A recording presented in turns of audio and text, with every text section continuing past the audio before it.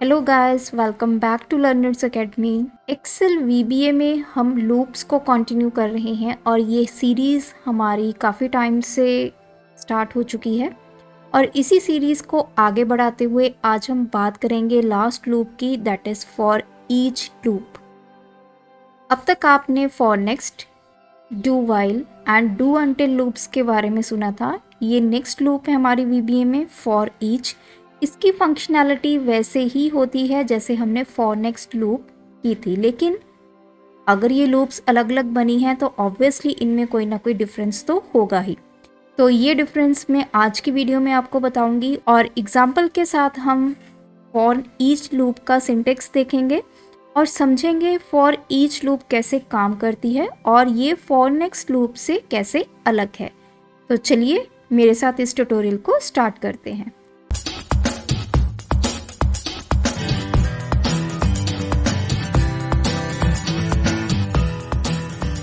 यहाँ पे आप कुछ नंबर्स देख सकते हैं, कोई डेटा है, ये किसी स्टूडेंट के मार्क्स हैं और अब हमने चेक करना है कि जिस स्टूडेंट के अबव 50 मार्क्स हैं उनको हमने अलग कलर से हाईलाइट करना है और जिनके बिलो 50 हैं उनको अलग कलर से हमने हाईलाइट करना है।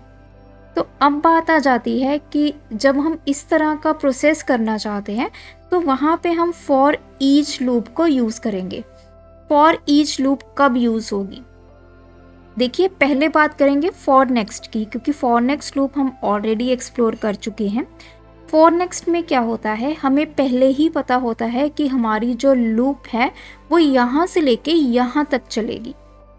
तो अगर आपके पास प्री डिफाइंड है कि कितनी बार आपने लूप को रन करवाना है तो हम यूज़ करेंगे फॉर नेक्स्ट लूप। वहीं पे मैं बात करूँ फॉर ईच लूप की, इस केस में हमें ये नहीं पता होता कि हमारी लूप कब तक चलेगी, कितनी बार एग्जीक्यूट होगी।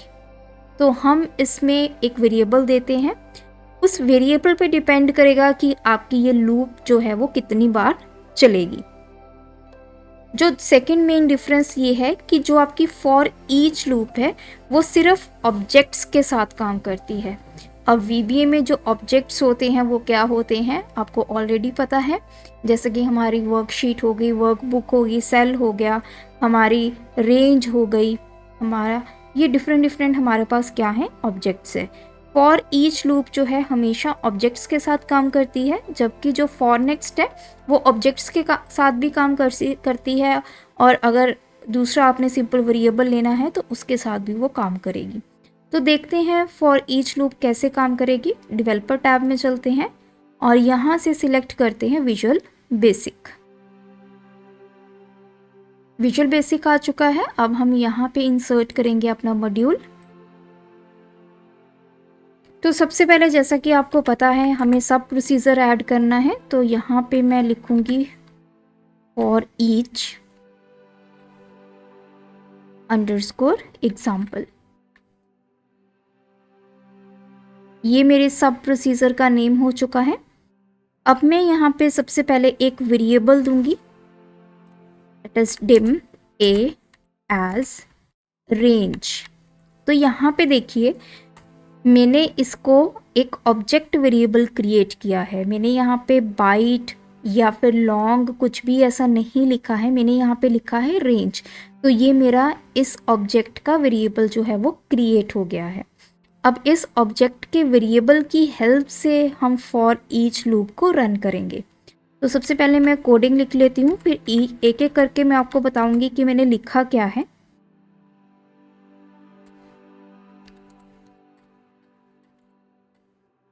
For each A in selection. अब देखिए हुआ क्या, ये मेरी पूरी रेंज है डेटा की। तो आप देख सकते हैं मेरा डेटा यहाँ से शुरू हुआ फ्रॉम सेल A1, कहाँ तक ख़त्म हो रहा है, E7 तक। तो ये पूरी रेंज है। इस पूरी रेंज के लिए हमने एक वेरिएबल ले लिया, दैट इज ए वेरिएबल अब इस रेंज का हमारा क्या बन चुका है, ऑब्जेक्ट वेरिएबल बन चुका है। और नेक्स्ट जो मैंने 9 लिखी है, for each A in selection. A जहाँ कहीं भी होगा, जो भी आपने सिलेक्ट किया होगा उसमें फॉर ईच हर कोई ए की वैल्यू के लिए जो भी हमने सिलेक्शन की है उसके लिए हम चेक करेंगे if a greater than 50 then a dot interior dot color is equals to, तो उसके लिए हम दे देते हैं VB ग्रीन, else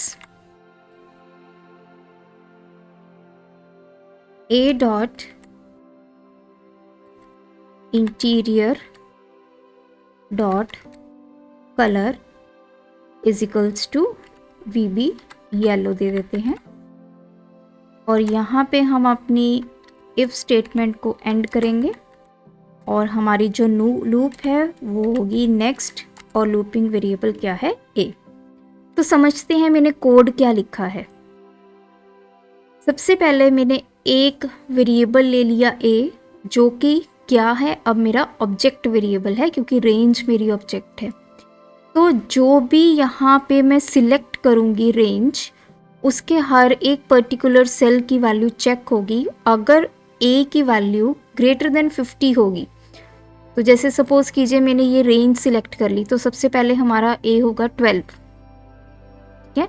12 चेक होगा कि क्या ये वैल्यू 50 से बड़ी है या छोटी है।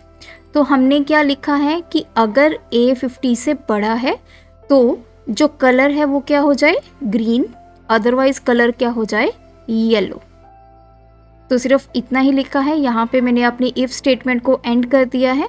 अगर अभी तक आपने इफ स्टेटमेंट के बारे में VBA में नहीं पढ़ा तो आप मेरी प्लेलिस्ट चेक कर सकते हैं, वहाँ मैंने इफ एल्स का यूज़ करना बहुत ही ईजी वे में सिखाया है। तो अब यहाँ पे देखते हैं इसकी एग्जीक्यूशन कैसे होगी। रेंज मैंने सिलेक्ट कर दी है, तो एक एक करके स्टेप्स को डीबग करेंगे।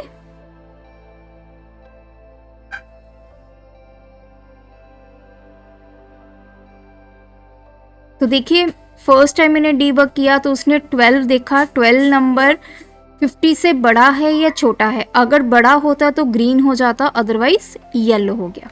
दोबारा से हम इसको एग्जीक्यूट करते हैं। फिर से चेक हुआ, अब 26 नंबर चेक हुआ कि क्या वो 50 से बड़ा है या छोटा है।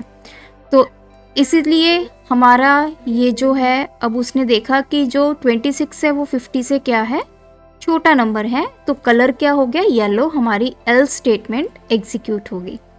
तो ये तब तक प्रोसेस चलता रहेगा जब तक आपका 34 तक कंप्लीट नहीं हो जाता, क्योंकि हमने ये पूरी रेंज को सिलेक्ट किया है। तो मैं यहाँ पे रन की हेल्प से इसको एग्जीक्यूट कर देती हूँ। एट वंस हमारा एग्जीक्यूट हो जाएगा और हमें पता चल जाएगा कौन कौन सी वैल्यूज़ जो हैं वो 50 से बड़ी हैं। तो ये सारे मार्क्स हैं स्टूडेंट्स के जो 50 से ग्रेटर देन है। जो 50 से छोटे हैं वो सारे क्या हो गए हैं, यहाँ पे येलो हो गए हैं। अगर आप रेंज चेंज कर देते हैं, अब मैंने रेंज ये ले ली है A1 से लेके C7। दोबारा हम अपना कोड ओपन करेंगे और अब हम इसको रन करेंगे। तो देखिए अब जैसे ही मैंने रेंज यहाँ पे चेंज की, ये नंबर्स भी साथ में इंक्लूड हो गए। तो इस तरह से आपने कोई ऐसी टास्क करनी है जिसमें आपको ये नहीं पता कि लूप कितनी बार आपने एग्जीक्यूट करवानी है। अभी तो हमारे पास छोटे नंबर्स थे तो हम काउंट भी कर सकते हैं सेल्स को, लेकिन कई बार डेटा इतना बल्क में होता है कि हमें ये नहीं पता होता कि हमने लूप कितनी बार रन करनी है। तो उस केस में आप फॉर ईच लूप को इजीली यूज़ कर सकते हैं, लेकिन मेक श्योर जो फॉर ईच लूप होगी वो हमेशा ऑब्जेक्ट्स के साथ काम करेगी। तो ये था हमारी फॉर ईच लूप। इसी तरह से हम और भी लूप्स को आगे कंटिन्यू करेंगे, नेस्टेड लूप्स के बारे में पढ़ेंगे जिसको हम सब लूप्स भी बोलते हैं। तो उसकी भी एग्जांपल के साथ उसको समझेंगे कि ये लूप्स का कंसेप्ट क्या है। आप भी अपने लूप्स की प्रैक्टिस कीजिए, for next, do while, do until and for each. In loops को अलग अलग सिनारियो पे अप्लाई करके देखिए। अगर आपको कोई भी प्रॉब्लम आती है तो आप हमें कमेंट करके ज़रूर बताइए, आपकी प्रॉब्लम को डेफिनेटली सॉल्व किया जाएगा। Thanks for watching this video. Keep supporting us.